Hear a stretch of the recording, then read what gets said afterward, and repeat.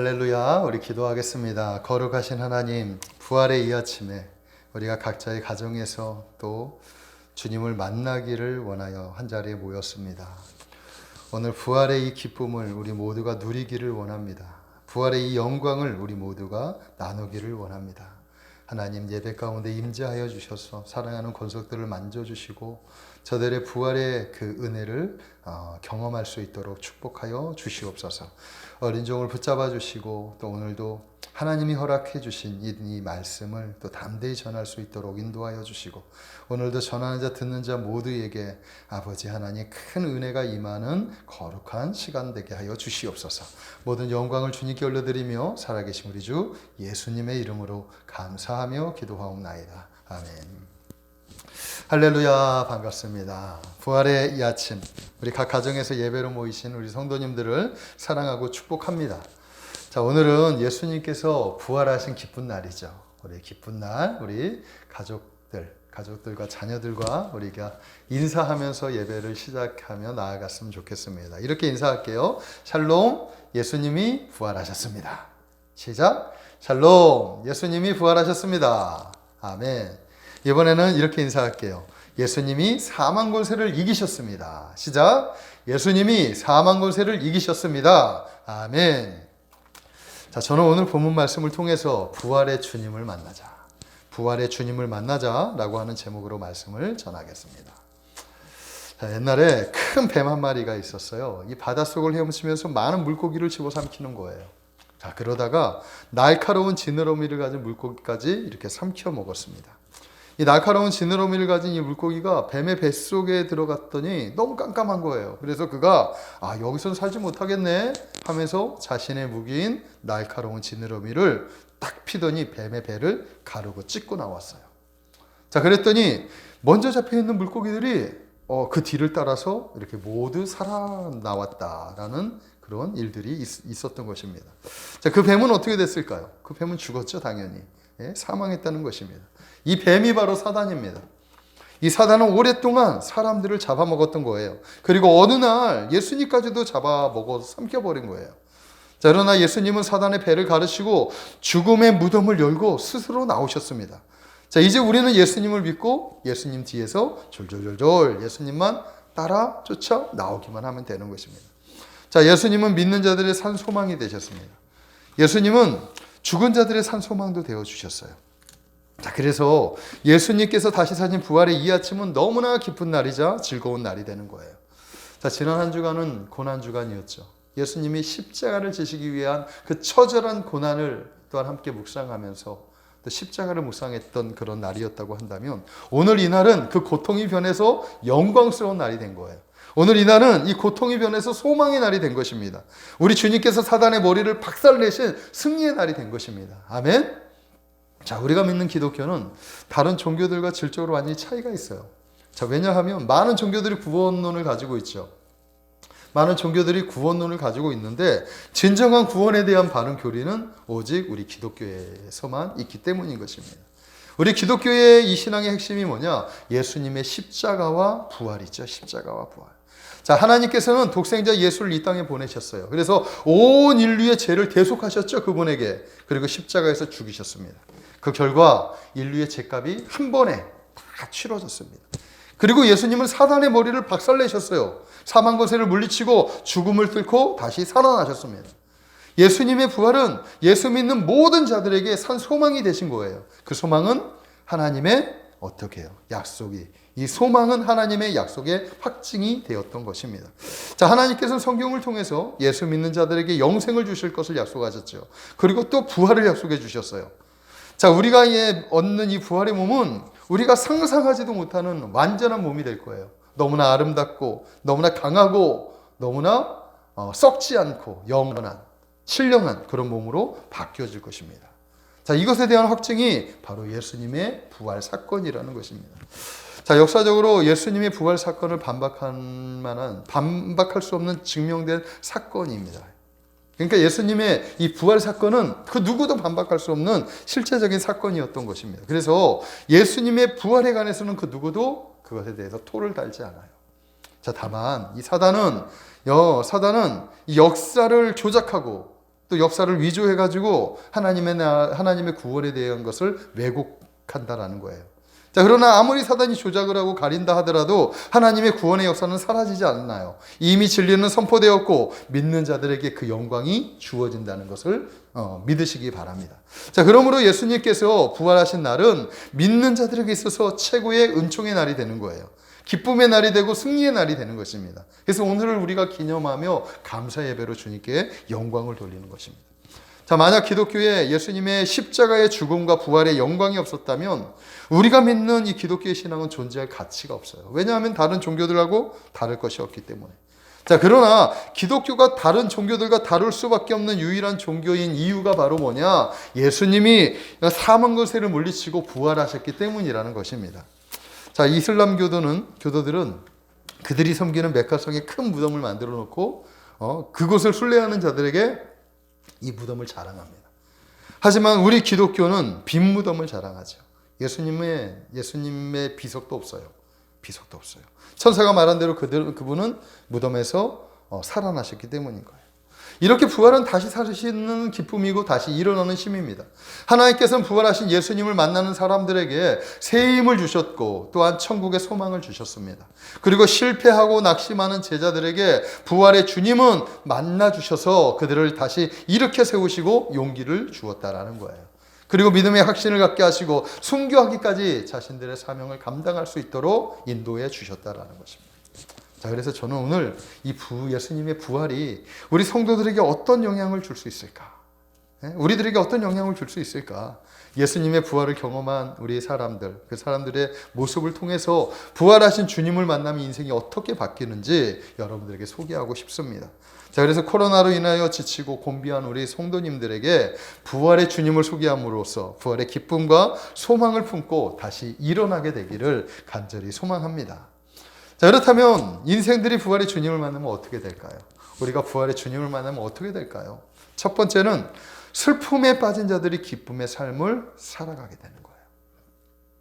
슬픔에 빠진 우리의 모습이 기쁨의 삶으로 변화된다는 것이죠.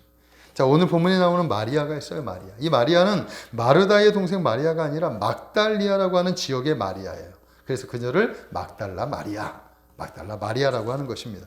자, 그녀는 자신의 인생에 주님을 만난 것이 너무나 감격스럽고 감사하고 그래서 주님이 사역하는 현장마다 따라다녔던 여제자였어요. 그냥 졸졸졸 따라다니는 것이 아니라 온 몸과 온 마음으로 그리고 가지고 있는 모든 재정을 다 쏟아부으면서 주님께 헌신했던 여인이 바로 이 여인이었습니다.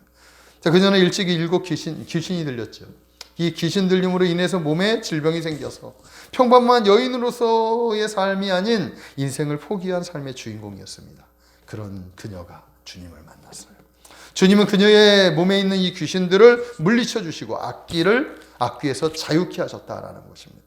누가복음 8장 2절에 보니까 또한 악귀를 쫓아내신가 병 고침을 받은 어떤 여자들 곧 7 귀신이 나간 자 막달라인이라고 하는 마리아라. 자, 이렇게 주님의 은혜를 경험한 이 막달라 마리아는 주님이 십자가를 지시고 무덤에 돌아가셨다. 무덤에 들어가셨을 때 깊은 절망과 슬픔에 빠져서 그 무덤을 찾아갔던 여인이에요. 안식 후 첫날 일찍이 아직 어두울 때에 그 누구보다도 빨리 주님의 몸에 향유를 부어야 되겠구나 그런 마음을 가지고 달려간 여인이었어요. 그만큼 주님을 사랑했던 여인이었다라는 거예요. 근데 그 무덤에 갔더니 그 무덤이 비어 있어요. 얼마나 절망적입니까? 예수님을 잃어버린 것도 예수님이 죽으신 것도 그에게는 절망적이었는데 그 예수님이 사라져 버렸어요. 얼마나 절망적입니까? 누가 우리 예수님의 시체를 가져갔나요? 누가? 예수님의 시체가 어디 있는지 아는 사람이 있으면 제발 좀 알려주세요. 그의 절망이 통곡이 되어 이렇게 울고 있었던 거예요. 그때 예수님께서 나타나셔서 이렇게 말씀하고 있습니다. 여인아, 어찌하여 울고 있느냐? 어찌하여 울고 있느냐? 지금 너는 울 필요가 없다. 응? 어찌하여 산자를 죽은 자 가운데서 찾느냐?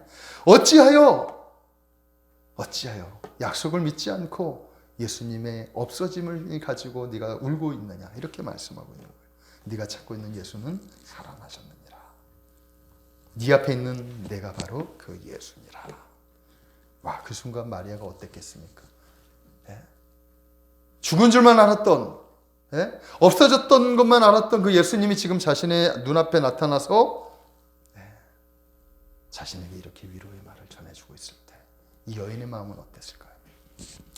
절망과 슬픔이 변해서 그 여인은 기쁨과 감동과 환희로 덮여졌지 않았겠습니까? 그 여인은 지금 자기가 어떤 상황인지 전혀 모르는 그런 어떤 감동에 사로잡혀 버리게 되었던 거예요. 부활하신 주님을 만나면 바로 이런 모습으로 우리가 바뀔 수가 있다는 것입니다. 이것은 당연히 예수님을 사랑하는 사랑하는 자들만이 누리는 그런 감동과 환희일 것입니다. 자, 인생의 슬픔에 빠지는 이유는 무엇이냐? 예수님이 없거나, 즉 하나님이 없거나 또 예수님을 잃어버릴 때 나타나는 거예요. 자, 인생의 마음에 예수님이 없으면 무슨 일을 해도 즐겁지가 않아요. 항상 공허하기 때문에. 그래서 그 공허함을 달래기 위해서 어떤 사람들은 술을 마시고, 어떤 사람은 도박을 하고, 어떤 사람은 쾌락을 쫓고, 어떤 사람들은 정욕에 쫓아 살아가는 거예요. 그 외에도 자신이 추구할 만한 그 어떤 것들, 뭔가 채워야 이 공허함을 채우기 위한 어떤 것들에 손을 대서 살아간다라는 거예요. 자, 부자들의 파티라고 하는 이야기가 있는데 이 이야기를 보면 부활의 소망, 즉 하나님이 없는 자의 모습을 적나라하게 보여주는 내용이 있습니다. 옛날 어느 나라의 부자들이 파티할 때는 관을 이렇게 갖다 놓는데요. 그리고 관 속에 시체 대신 마네킹을 갖다 놓고 수의를 입혀놓고 이렇게 덮어놓는다고 해요. 그러면서 한참 이렇게 흥청망청 이렇게 잔치 분위기가 이거지게 되면 누군가가 갑자기 그 관 뚜껑을 딱 열어 제끼면서 그 속을 들여다보면서 이렇게 얘기해요. 야! 우리도 머지않아 이렇게 관 속에 들어갈 수밖에 없는 운명인데, 지금 우리가, 관 속에 들어갈 수밖에 없는 운명인데, 그 전에 우리가 다 먹고 마셔야 되지 않느냐? 잔뜩 쌓아놓으면은 우리가 손해다. 우리가 가진 것을 다 먹고 마시고 즐기자. 이러면서 그들을 같이 환호하기 시작을 하는 거예요. 모두 미친 듯이 그 이야기를 듣고 먹고 마시고 날뛰는 것이 부자들의 파티라고 하는 그 이야기에 담겨져 있는 거예요. 자, 예수님이 없는 인생이 바로 그런 인생 아니겠느냐는 것입니다. 죽음 뒤에 무엇이 기다리는지도 모른 채 그저 공허함을 달래기 위한 것이 자신의 최고의 위로라고 생각하는 인생들, 얼마나 어리석습니까? 자, 오늘 본문의 마리아도 예수님을 잃어버리자 깊은 슬픔과 두려움과 절망감에 사로잡혀 있었던 것입니다. 그런데 그런 마리아에게 주님이 찾아오셨습니다. 그리고 마리아의 눈물을 닦아주시고 위로와 기쁨과 소망을 심어주셨다는 것입니다. 자, 이렇게 성도들이 부활의 주님을 만나면 주님이 위로해 주시기 때문에 슬픔이 사라지는 거예요. 그 슬픔의 자리에 기쁨이 채워지고, 슬픔의 자리에 감동이 채워지고, 슬픔의 자리에 은혜가 넘치게 되는 거예요. 사랑하는 성도 여러분, 코로나 사태가 장기화되면서 얼마나 많이 지쳐 있습니까? 얼마나 여러분의 심령이 곤비하십니까? 앞으로의 일들이 얼마나 많이 걱정이 되시느냐 하는 거예요. 자, 우리가 영상으로 예배를 드리지만 그것 가지고는 우리의 곤비한 영을 채울 수가 없다는 것을 우리가 알아야 됩니다. 자, 하지만 조금만 참으십시오. 조만간 이 코로나가 해체되고 다시 하나님의 은혜를 누릴 시간들을 주실 줄로 믿습니다. 자, 십자가 뒤에는 부활이 있는 것과 같이 고난 뒤에는 영광이 있습니다. 지금의 고통과 고난은 반드시 영광의 면류관으로 위로해 주실 것이다 라는 것입니다. 그렇기 때문에 우리는 부활의 주님을 맞이해야 하는 거예요. 사랑하는 성도 여러분, 부활하신 주님을 맞이하시기를 주님의 이름으로 축복합니다. 부활하신 주님은 삶에 지쳐서 울고 있는 여러분들을 찾아오실 것입니다. 그분을 만나기만 하면 돼요. 그분을 진정으로 마음으로 모시기만 하면 되는 거예요. 그러면 당신의 인생에 공허했던 부분들이 사라지고 슬프고 아프고 절망스러웠던 이런 마음들이 변하게 될 것입니다. 아멘. 자, 두 번째는 부활의 주님을 만나면 마음의 평강이 찾아와요. 평강. 자, 19절의 말씀을 보겠습니다. 그날 곧 안식 후 첫날 저녁 때에 제자들이 유대인들을 두려워하여 모인 곳에 문들을 닫았더니, 자, 예수께서 오사 가운데 서서 이르시되 너에게 평강이 있을지어다, 이렇게 말씀하는 거죠. 자, 예수님은 두려워 떨고 있는 제자들에게 찾아오셔서 평강을 주셨습니다. 자, 왜 제자들이 두려워 떨고 있을까요? 왜냐하면 스승 예수님이 로마의 반역자가 돼서 십자가에 달려 돌아가셨기 때문이죠. 예수님을 잃은 두려움도 있지만 또 예수님을 따랐다는 추종했다는 그 이유로 자신들도 잡혀서 죽을까봐 이런 두려움에 사로잡혔던 거예요. 그들은 예수님이 로마의 속박에서 자신들의 나라를 구해줄 것이라고 믿었어요. 그러나 맥없이 예수님이 돌아가시는 것을 보고 실망을 했고 절망을 했습니다. 그리고 이제 그 죽음의 그림자가 자신들에게도 임할 것이라고 하는 그 두려움에 빠져 있었던 것입니다. 그래서 유대인들을 피해서 문을 굳게 닫고 두려움에 빠져서 숨을 죽이고 있었던 거예요. 자, 그때 부활하신 예수님께서 제자들에게 나타나셨어요. 두려움에 빠져 있는 그들에게 뭐라고 얘기하느냐? 너희에게 평강이 있을지어다. 너희에게 평강이 있을지어다. 우리 사랑하는 성도님들에게 평강이 있기를 주님의 이름으로 축복합니다. 아멘. 자, 우리의 삶에 예수님을 잃어버리면 소망이 끊어져요. 두려움이 찾아오는 것입니다. 대부분의 두려움은 바로 그런 잃어버렸을 때 고독에서 찾아오는 거예요. 자, 예전에 한국에서 꿈을 안고 유학을 간 한 여학생이 있었어요. 근데 그 여학생이 고층 빌딩에서 몸을 던져 극단적인 일을 저지른 사건이 있었습니다. 이 여학생의 유서를 가만히 살펴보니까 외로움에 견디지 못해 죽은 내용들이 있는 거예요. 그녀는 학교 공부가 끝나면 식당에 가서 아르바이트를 해요. 설거지를 하면서 학비를 벌었어요. 언어가 다르게 잘 통하지 않으니까 통하지도 않는데 숙제는 산더미 같이 많아요. 스트레스를 받죠. 학점도 따야 되고 돈도 벌어야 되는데 이만저만이 아니죠. 근데 이 어려움보다 더 큰 어려움이 뭐냐 하면 자기 주위에 자기와 교제할 사람이 아무도 없는 거예요. 누구와 이런 마음을 놓고 위로해 줄 사람이 아무도 없는 거예요. 머나먼 타국에서 철저히 버림받는 것 같은 이 외로움이 그를 두려움의 자리로 몰고 갔어요. 그리고 그 두려움이 결국엔 극단적인 선택을 하게 되었다라는 거예요. 자, 인생은 주위에 아무리 사람이 많아도 외롭습니다. 왜냐하면 주님을 모시지 않아요. 그러니까 주님을 만나지 못한 인생은 사람이 많아도 외로울 수밖에 없어요. 두려울 수밖에 없습니다. 그래서 주님을 만나야 하는 것입니다. 부활하신 주님을 만나면 주님은 우리에게 찾아오셔서 평강을 주십니다. 안정감을 주시고 푸근함을 주셔요.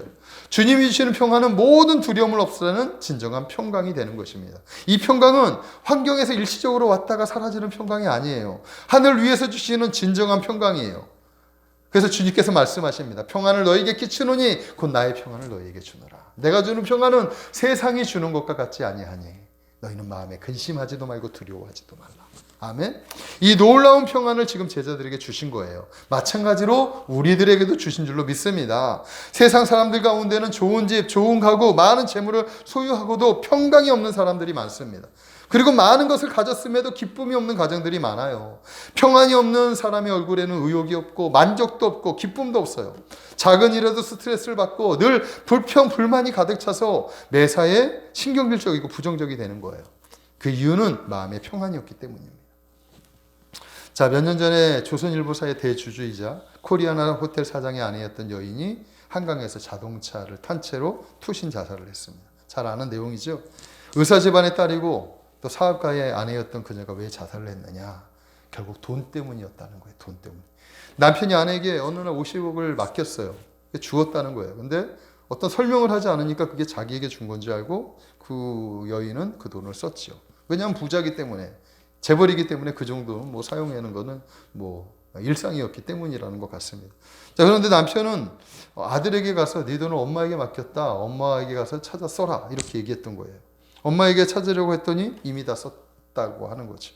이 과정에서 이 여인은 그죠, 자녀에게 버림을 받게 돼요. 네? 그리고 남편에게도 버림을 받아요. 그리고 지하실에 시체처럼 감금되면서 없는 것처럼 살아가다가 이대로 살느니 차라리 죽는 게 낫겠다 해서 극단적인 일을 저지르고 맙니다. 재물이 아무리 많으면 뭐합니까? 행복하지 않는데. 예? 행복의 기준은 환경에 따라 달라질 수 있죠. 가난한 사람들은 물질이 행복의 조건이 될 수 있고 병든 사람들은 건강이 행복의 조건이 될 수 있어요. 공부할 기회를 놓친 사람들은 지식이 행복의 조건이 될 수 있고 억울한 일을 당한 사람들은 권력을 얻어서 그것을 해결하는 것이 행복의 조건이 될 수 있어요. 자, 그러나 이런 것들을 소유하고도 마음속에 평강이 없다면 어떻게 하실 겁니까? 늘 근심하고 걱정하며 불안과 염려 속에서 살아간다면 자신이 가진 재물과 지식과 권력은 무슨 행복의 조건이 되겠느냐 하는 거예요. 우리의 진정한 행복은 소유에 있는 것이 아니라 마음에 있는 거예요. 마음의 평강이 있어야 진정한 행복을 누릴 수 있는 것입니다. 자, 누군가 저에게 이렇게 묻는다면 예수 믿고 받은 최고의 축복이 무엇입니까? 라고 묻는다면 저는 주저없이 이렇게 얘기했어요.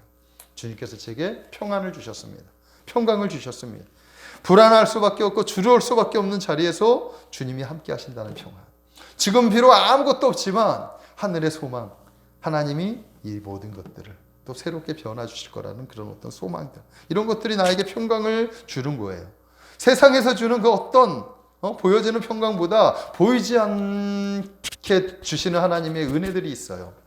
그 은혜들이 평강의 자리로 우리를 인도한다는 사실을 믿으시기 바랍니다. 오늘 이 평강이, 축복이 여러분들의 임하기를 주님의 이름으로 축복합니다. 아멘. 그래서 이렇게 기도하십시오. 불안과 두려움은 예수의 이름으로 물러갈지어다. 아멘. 가난과 저주는 예수의 이름으로 물러갈지어다. 아픔과 고통은 예수의 이름으로 떠나갈지어다. 여러분들 가운데 있는 이 불안과 두려움, 가난, 저주, 아픔, 고통이 예수의 이름으로 떠나간 줄로 믿습니다. 오직 주님이 주시는 평강만을 누리시는 사랑하는 성도님들 되기를 축복합니다. 자, 세 번째는 부활의 주님을 만나면 의심이 변해서 확신이 생기는 거예요. 27절에 보니까 도마에게 이르시되 내 손가락을 이리 내밀어 내 손을 보고 내 손을 내밀어 내 옆구리에 넣어보라. 그리하여 믿음 없는 자가 되지 말고 믿는 자가 되라.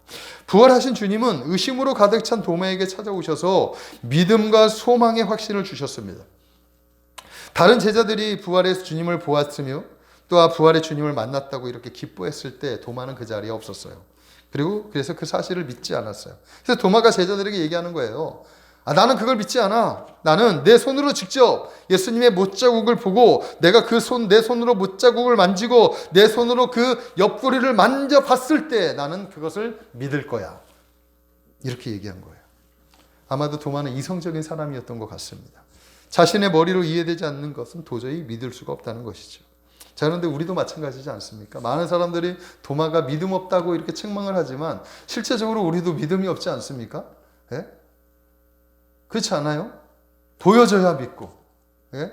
나타나야 믿고, 똑같은 거 아니냐는 거예요. 그러나 이 신앙은 이성을 초월해야 하는 거예요. 믿음은 우리의 이성을 뛰어넘을 때 생기는 것입니다. 아멘? 자, 이때 부활의 주님이 나타나셨죠. 그리고 도마에게 말씀하시면서 이렇게 얘기했어요. 네 손가락을 이리 내밀어 내 손을 만져봐라. 네 손을 내밀어 내 옆구리를 넣어봐라. 그리고 믿음이 없는 자가 되지 말고 믿는 자가 되어라. 이때 의심으로 가득 찬 도마에게 믿음의 세계가 활짝 열리게 된 거예요. 이성 저 너머로 보지 못했던 이 도마의 세계에 보이지 않는 영적인 세계가 활짝 열리게 된 거예요. 그리고 그가 이렇게 고백합니다. 오 주님! 주님은 나의 주님이시요 나의 하나님이십니다. 아멘. 자, 이렇게 부활하신 주님은 의심 많던 도마에게 믿음의 확신을 주셨다는 거예요. 자, 의심은 마귀가 사용하는 가장 무서운 무기입니다. 의심은 가정을 파괴하고 관계를 파괴하고 더 나아가 우리의 영혼을 파괴합니다. 자, 만약에 부부가 살면서 서로 믿지 않고 의심을 하면서 살아간다면 아주 심각한 문제가 발생할 수밖에 없어요. 어떤 여자는 남편을 믿지 못해서 남편 몰래 자동차에 도청 장치를 해놓기도 합니다. 또 어떤 남자는 아내를 믿지 못해서 집에 몰래 카메라를 달아놓기도 하는 거예요. 이렇게 서로 불신하고 의심하는 가정에 무슨 행복이 있겠습니까? 지금 현대사회가 불신의 사회죠. 마귀는 우리의 마음속에 의심과 불신을 심어놓고 우리로 하여금 스스로 자멸하도록 인도하는 거예요. 자, 성도가 주님과의 관계에서 의심이 생기게 되면 어떤 응답도 평안도 축복도 기대할 수 없습니다. 의심은 모든 관계를 파괴하는 사단의 강력한 무기라는 사실을 잊지 마시기 바랍니다. 자, 그러나 부활의 주님을 만나면 이 모든 의심에서 자유할 수 있는 거예요. 주님은 우리가 성경을 의심하고 하나님의 약속을 의심하고 영생과 축복의 소망을 다 의심하는 것을 바라지 않습니다. 그렇게 의심했던 사람들에게 찾아오셔서 마음의 문을 놓고 하는 거예요. 나를 보고 믿어라, 제발. 나를 보고 믿어라. 내가 살아났다. 그래서 확신시켜 주는 거예요. 계시록 3장 20절에 보면 볼지어다 내가 문 밖에 서서 두드리노니 누구든지 내 음성을 듣고 문을 열면 내가 그에게로 들어와 그가 더불어 먹고 그는 나와 더불어 먹으리라. 그러므로 여러분들의 마음의 문이 열리면 부활의 주님을 만날 수 있는 것입니다. 그리고 부활의 주님을 만나면 모든 의심에서 우리가 자유할 수 있는 거예요. 믿음의 확신이 생기게 되는 것입니다. 저는 오늘 여러분들 마음속에 아직 해결되지 않았던 그런 불신의 문제가 해결되기를 주님의 이름으로 축복합니다. 그래서 주 안에서 진정한 자유를 누리시기를 원합니다. 진리라 친 진리가 너희를 자유케 하리라. 아멘. 주의 영이 임하는 곳에서는 자유함이 있느니라. 아멘. 자, 마지막 네 번째는 부활하신 주님을 만나면 실패자에서 성공자가 되는 거예요. 실패자에서. 요한복음 11장 11절에 보면 시몬 베드로가 올라가서 그물을 육지에 끌어올리니 가득히 찬 큰 물고기가 153마리라. 이같이 많으나 그물이 찢어지지 아니하였더라. 베드로는 실패자였죠. 어부로서도 실패자였고 제자로서도 주님을 배신한 실패자였습니다. 이렇게 거듭되는 실패로 상심해 있는 이 베드로에게 부활의 주님이 찾아오신 거예요. 그리고 그에게 용기와 희망을 주시고 다시 축복해 주셨습니다. 자, 사실 베드로는 신앙 고백을 잘해서 주님께 칭찬을 받았던 그런 인물이었죠. 자, 그럼 베드로가 이렇게 고백을 하는 거예요. 다른 사람들은 다 주님을 배신해도 저는 끝까지 주님을 사랑하고 따르겠습니다. 얼마나 열정적인 제자였는지 몰라요. 그러나 주님이 잡히시던 날 밤, 그가 주님의 안위가 걱정되어 쫓아가긴 했으나 거기서 주님을 3번씩이나 부인하는 참담한 일을 저지르고 말았어요. 그리고 주님이 십자가에 돌아가시자 그는 쉼없이 예전의 삶의 자리인 디베랴, 이 바다의 어업으로 돌아간 거예요. 그리고 6명의 제자들도 함께 베드로를 따라갔습니다. 그렇게 그들은 바닷가에서 밤새도록 그물을 던졌던 거예요. 그런데 단 한 마리도 잡히지 않았어요. 왜 잡히지 않았겠습니까? 의욕이 없는데 잡히겠습니까? 네, 의욕이 없으니까 아무것도 잡을 수가 없는 거죠. 허탈하게 빈 그물을 씻고 정리하는데 부활의 주님이, 이 부활하신 주님이 찾아오셔서 말씀하셔요. 너희에게 고기가 있느냐? 너희가 나를 떠나서 무엇을 얻을 수 있느냐? 이렇게 말씀하는 것이죠. 주님을 떠난 그리스도인들에게 얻을 수 있는 대답은 딱 한 가지밖에 없습니다. 없습니다. 고기도 없고 소득도 없고 기쁨도 없습니다. 평안도 없고 안식도 없고 만족도 없습니다. 주님이 없으니 내 마음에 아무것도 없습니다. 그때 주님이 베드로에게 이렇게 얘기해요. 오른편에 그물을 던져보라.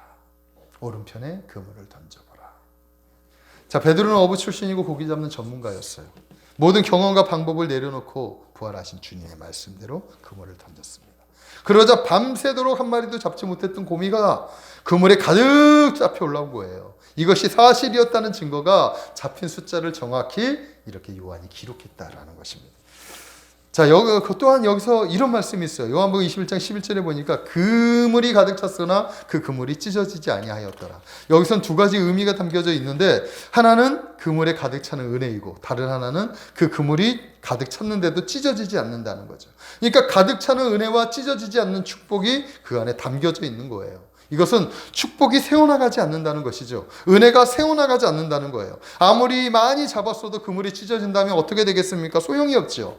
우리 인생에 아무리 많은 축복을 받았다고 하더라도 우한으로 죽고 또한 사고로 죽고 사람 잘못 만나서 사기로 다 날아가고 도둑이 모두 다 훔쳐가 버리고 여러 가지 인생의 그물들이 다 찢어진다면 그것은 오히려 저주일 수밖에 없습니다.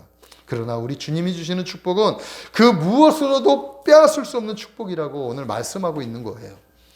우리도 이 두 가지의 축복을 받아야 될 줄로 믿습니다. 그물에 가득 차는 축복과 그 그물이 찢어지지 않는 축복. 아멘. 저는 여러분들이 축복을 누리시기를 주님의 이름으로 축복합니다. 한 해 동안 열심히 일을 했는데 결산 때 빈손이면 얼마나 허탈하겠습니까? 하지만 하나님께서 복을 주시면 100배, 60배, 30배 이렇게 약속하셨죠. 성경이 우리에게 약속해 주셨어요.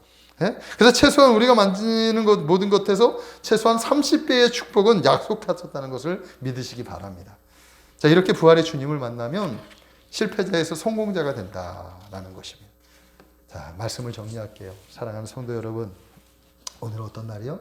오늘은 영광스러운 날이에요. 오늘은 기쁨의 날입니다.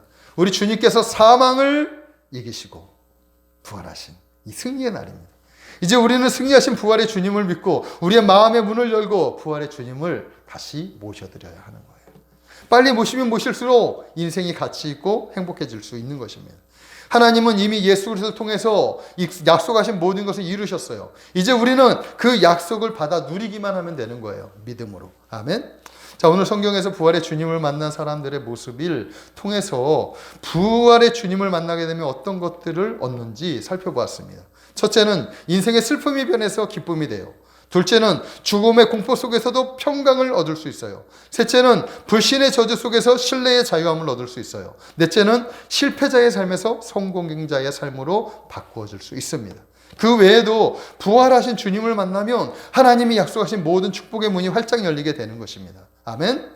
사랑하는 성도 여러분, 주님은 하나님의 약속들을 주시기 위해서 십자가에 달려 돌아가셨습니다. 그리고 사망 권세를 물리치고 부활하심으로 그 약속들을 확증하셨습니다. 그러므로 우리는 그것을 믿고 받아들이기만 하면 돼요. 그런 사람만이 이 약속이 유효하게 되는 거예요. 아멘. 주님을 찾으시기 바랍니다. 주님을 갈망하시기 바랍니다. 주님은 찾는 자에게 만나주시고 가까이 하는 자에게 가까이 계신다고 말씀하셨어요. 지금도 살아계신 주님은 여러분들에게 다가오셔서 여러분들의 마음의 문을 노크하고 있어요. 내가 왔어. 제발 문 좀 열어줘. 나와 더불어 교제하자. 나와 더불어 먹고 마시자. 여러분들 마음의 문을 활짝 여시기를 주님의 이름으로 축복합니다. 우리가 지난 한 주간 고난주간 새벽 예배를 드렸죠.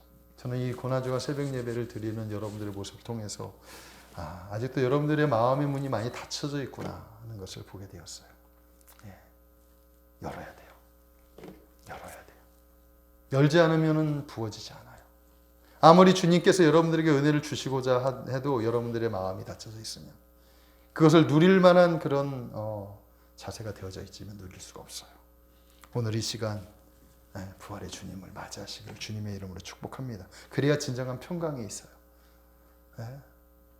기도하는데 왜 응답이 없어? 왜 기도하는데 응답이 없어? 내가 왜 믿는데 왜 나는 내 몸에 어려움이 계속돼? 이렇게 낭망할 것이 아니라 우리의 자세를 다시 한번 살펴보셔야 합니다. 그럴 때 우리의 은혜가 찢어지지 않는 그물 안에서 우리의 은혜가 채워지게 될 줄로 믿습니다. 우리는 이 모든 것들을 다시 맞아야 합니다. 오늘 우리 모두에게 저를 포함해서 부활의 주님을 다시 만나는 역사가 나타나기를 원해요. 그때 주님께서 우리와 만나주시고 오늘 약속했던 이 모든 것들을 다 이루어 주실 것을 믿습니다. 아멘. 기도하겠습니다. 사랑의 하나님, 감사합니다. 주님이 부활하신 이 기쁨의 날, 이 영광스러운 날, 우리가 주님을 맞이하기를 원합니다. 주님을 만난 사람들의 모습을 통해서 또한 우리도 그 사람들처럼 되기를 원합니다. 주님은 지금 우리 마음 가운데 찾아오셔서 마음의 문을 놓고 하신 줄 믿습니다. 이제 우리가 마음의 문을 열고 주님을 맞이하기만 하면 됩니다. 오늘 사랑하는 성도님들 가운데 아직도 마음의 문을 닫고 아버지 하나님, 아버지 또한 생각의 문을 닫고 또한 은혜의 문을 닫고 있는 성도들, 아버지 그들의 마음의 문이 열리기를 소망합니다. 그래서 진실로 그리스도 안에서 주 안에서 저들이 참 평강을 누릴 수 있도록 축복하여 주시옵소서. 예수님의 이름으로 감사하며 기도하옵나이다. 아멘. 아멘. 감사합니다. 우리 하나님께 영광의 박수 올려드립니다. 아멘. 감사합니다.